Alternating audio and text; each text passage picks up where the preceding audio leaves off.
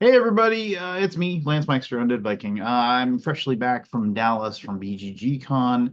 I'm going to just share some of the highlights of that trip and talk a little bit about the games I played when I was there. Now, I asked a few people, like, hey, are there some games I should check out? And I feel horrible because, as luck would have it, my time was so short. I was only really able to play one longer game. Most of the games I played Um, were of the shorter variety. Just because when you go to a convention where you're working, you spend 8 hours in a booth, and then you try to grab some dinner somewhere. And then by the time all that's done, you're exhausted and you don't really want to sit down and play something big and heavy. But I did play one big and heavy game, and that was Station Fall. Now, Station Fall is a game that Scott Alden taught to me last year at BGGCon. And it's a game that I've been meaning to pick up myself because it is that much fun. I'm trying to, of course, because it's me, track down like a deluxe copy of it, like the one that was offered in the Kickstarter. And I should have just bought it when it was there because I knew it was something I was excited about, but for whatever reason, I just didn't pull the trigger. As you may or may not know, I am trying desperately to get my collection down to a reasonable number, getting rid of games left and right, and that is my goal. So hey, again, goes out to anybody that wants to either that lives in the Minnesota area or wants to drive up here. I can give you a really good deal on a bunch of games if you just want to drive away with them. But anyway, what I'm getting at is Station Fall is a game. It's like a secret role game, but it isn't. It's weird. The idea is that there's a space station that is going to like lose orbit and going to explode, and it's around Earth. And depending upon the number of players you play with, I played with nine. We had nine people playing. Depending on the number of players you have, there's a certain number of characters that are on the station. And those characters can be influenced by you on your turn to do actions. And basically, you say, I'm going to activate this character, and then you influence them to do things. And then like the trick is that if you try to influence the same character that you did the turn before, you get less action. So the game prompts you to bebop back and forth among the different characters. Now, you are handed two character cards at the beginning of the game, and you kind of pick one to be your character. You hold on to the other character, so nobody can be that other character, so you can kind of keep that in your back of your mind. And if something should happen where you find yourself like if the game's unwinnable for you with that character because of things that can happen, you can switch to the other one. You don't you basically if you do can declare, yeah, this is my character, and as soon as you declare that that's your character, nobody else can take actions with them. But at that point, then everybody knows what your winning conditions are, and they can actively try to stop you from winning because of that. So you don't just declare right away. You want to, kind of hide that for a little bit. And that's why it prompts you to do other actions as far as like using other people to do certain things and kind of throw people off your trail. And the game is chaotic, it's crazy, but it's really, really good. And I won the first game I played with it, and I scored a solid middle points for this one. My character was the station chief, and the station chief basically wants as many people as possible to survive. And if they die while on the bridge, like basically they stay on the station when it explodes, they get bonus points for that. Like, it's they're kind of like the captain goes down with the ship type of thing. And there's tons of other characters too. Like there's a botanist that has a feed me Seymour plant. There is a space monkey that can run around and do things. There's the ship counselor. There's like this paranoid colonel that wanders around. There's this billionaire that can bribe people to do things for you. All kinds of crazy stuff like that. And I can't really do the game justice by trying to explain it all here, but it is definitely a rules heavy game that you will be challenged to teach it, but once everybody kind of knows how to play, it flows really good. So Station Fall was, as far as my games that I played, was my highlight. Now, I did take part in the BGG poker tournament. I've been doing that every year now for, well, as long as I'm going to BGGCon. The poker tournament, I like a lot of people when the poker craze happened, like me and my friends, we got together at my old one-bedroom apartment and we played poker. 6, 7, 8 of us playing poker all night long, all night long. And then after I moved out of that, and we had houses and families, like we continued playing poker a lot. We don't play it very often anymore, maybe once or twice a year. We always talk about getting together to play, but it just doesn't seem to happen that often. But poker is something that I consider myself to be a pretty good poker player. Not, go to the casino and make a living off of it type of thing, but I can figure out the odds pretty quickly in my head. I can get a feel for the people that I'm playing. So I always enter that because it's a fun way to play poker without having to risk any money, and theoretically you can win prizes and whatever. And and the prizes really don't matter to me that much. I mean, it's like, oh, you can win a board game. It's like, well, I'm trying to get rid of board games. But as Scott said, it's the glory. Like if I won it once, I can say I won this, and you won a poker tournament with like hundreds of people in it. I don't know how many people enter. I think it's like 150, but if you can win one. I mean, yeah, so that would be kind of like a big deal to me or whatever, if I actually won it. So I always also go into it. It's like be like I have a plan when I go into play poker. Like, okay, I'm gonna play loose. I'm gonna play tight. I'm gonna pick my spots, those sorts of things.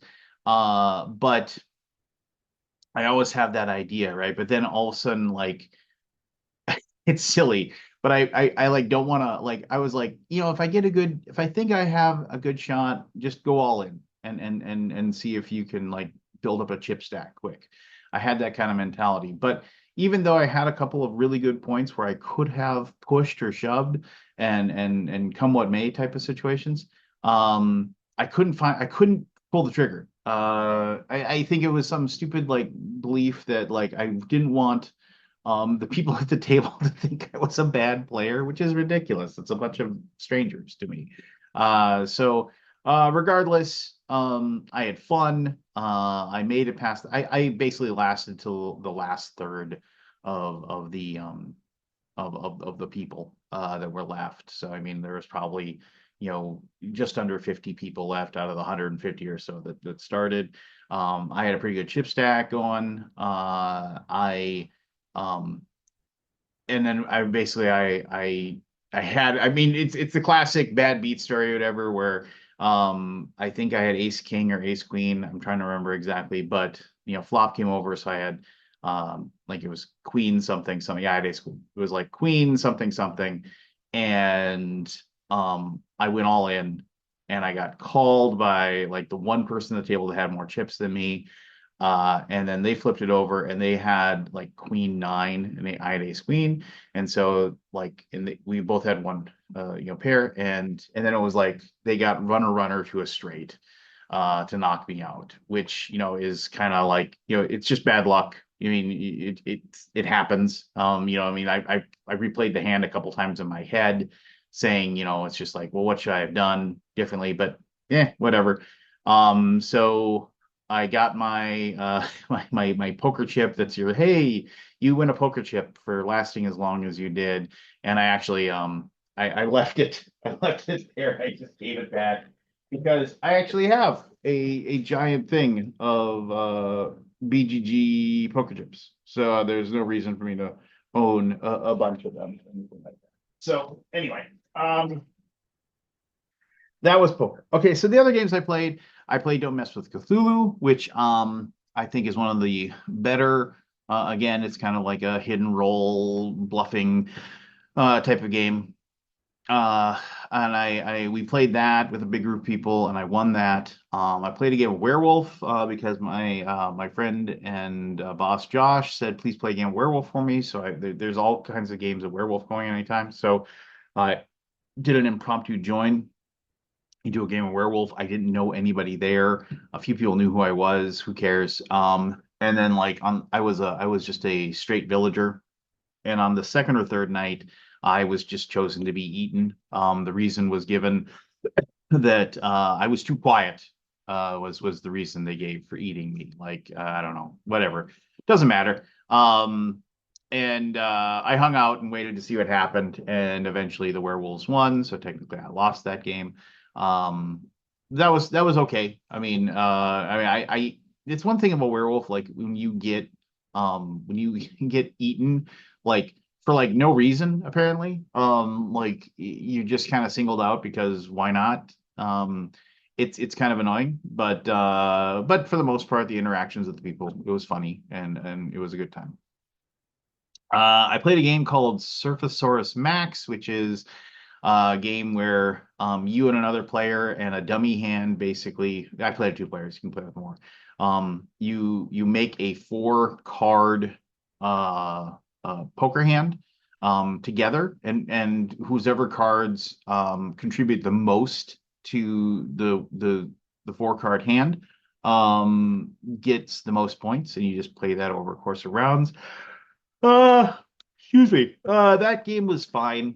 I mean, I don't think I'll ever have to play it again. Maybe it's better with more players. With the two-player version I played, it was fine. It was kind of clever, interesting. The theme is nothing. It like the theme has this Tyrannosaurus Rex on a surfboard, that was completely tacked on, which, you know, whatever. It doesn't matter. The art was fine, whatever.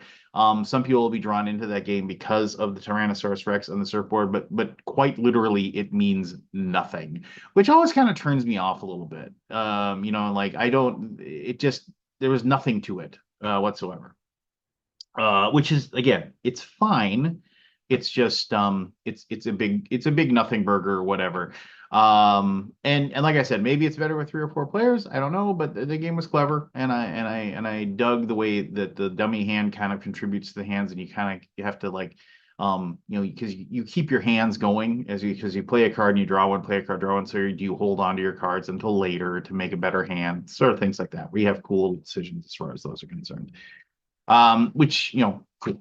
Uh, and then I played a game called Flip 7, which I'm sure all of you know what Flip 7 is. If you don't, the box says the greatest card game of all time. Uh, Basically, it's a game where it's a giant deck of cards. There's 1 0, there's 1 1, there's 2 2s, there's 3 3s, there's 4 4s, there's five, blah, blah, blah, blah, up until 12. There's 12 12s. And you get handed a card, and you have to say either, excuse me, you have to stay or hit. If you duplicate a card that you already have, you're out. You score no points. There are other cards in the deck, like freeze cards that you can play on other people's that you can't play. You know, the card that allows you to draw an extra 3 cards, so on and so forth. If you manage to play all 7 cards, you get a bonus of 15 points for your round.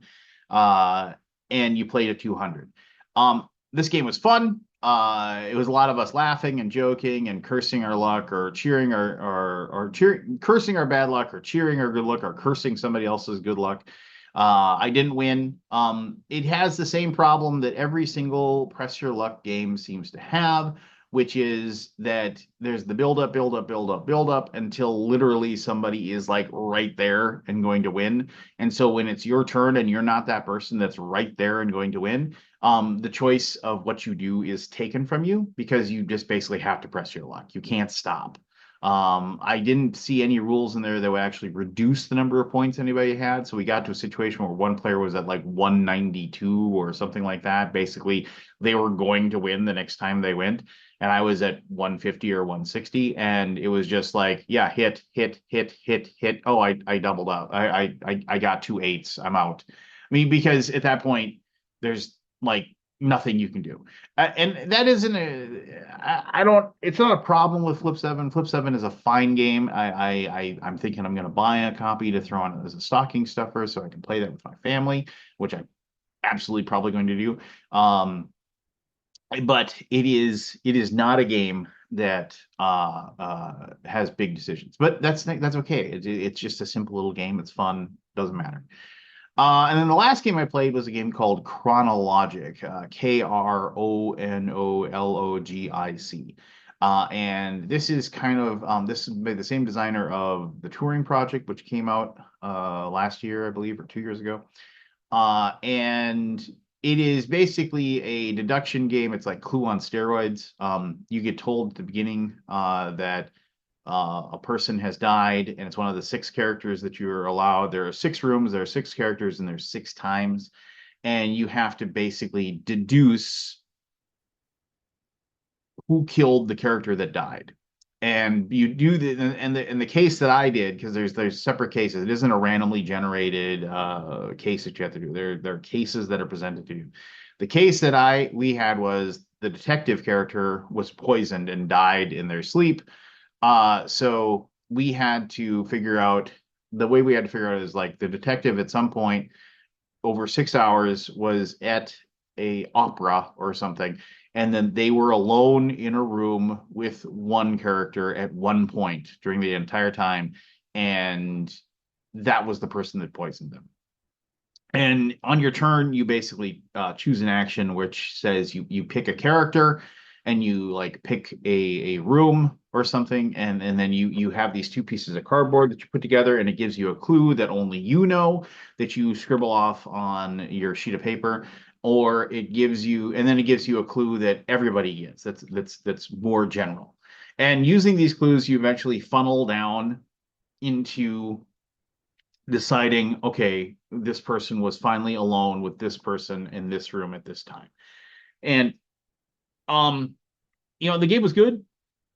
It was one of those things where it kind of like basically on your turn, like if you want to guess, you write down your guess and then you flip the thing that you look at the answer in the booklet that's given for that particular case, and then it tells you what the answer is. And then if you're right, you say I won, and you show what you wrote down and you show the thing. If you're wrong, you say I'm wrong and I'm out. And then so we started with 4 players, it got down to 2 players. I was funneling down. I had a pretty good guess. I had basically had to ask one or two more questions. And the person the other was playing took a stab at it and got it right and won. I don't know. It was clever. I remember trying to play the Turing Machine and not really enjoying it. It was just like too much. It made me feel stupid, which you never want to play a game that makes you feel stupid. But this one made me feel clever because I was on the right path. I would like to try it again, basically to see if it's got the same thing, but who knows? I mean, I don't even know if it's out yet. I mean, I think it was a Essen release, and I don't know if it's going to be over the US. But if you're into deduction games or you want a game that's basically a Clue on steroids, that's something maybe you want to check out. Other than that, BGGCon was really fun. Those are the games I played. I didn't really get a chance to play many. Talked to a lot of people. There were a lot of people that are part of the Gray Fox Games Discord that came by and said hi. Fans of our games at Gray Fox came by the booth and said hi. That was awesome. If you're going to be at PAX Unplugged, I would love for you to stop by and say hi. That would be cool. I had some wonderful meals with some wonderful people, good friends that I made in the industry over the past 10, 11 years. And that was really nice. It felt, good to be kind of like to have that community feeling, if you will. I watched Grant Lyons. I watched his stand-up show, which is funny as always. He's a good guy. If you haven't had a chance to see him do his stand-up, his board game stand-up themed stuff, please check that out. It's quite funny. But yeah, that was BGGCon. If you were a BGGCon, tell me what your coolest thing that happened to you was. Tell me what games you played. If you're gonna be at PAX Unplugged, let me know. But other than that, next week I'll be back with something new as far as these things go. And thanks for taking the time to watch this. Hit the old like button, the subscribe, the bell, whatever. Do those things for me. I'd really appreciate it. And leave a comment below so I can respond to it. I'll respond to every single one. So if you want an interaction with me, that's a good way to do it. All right. Take care now.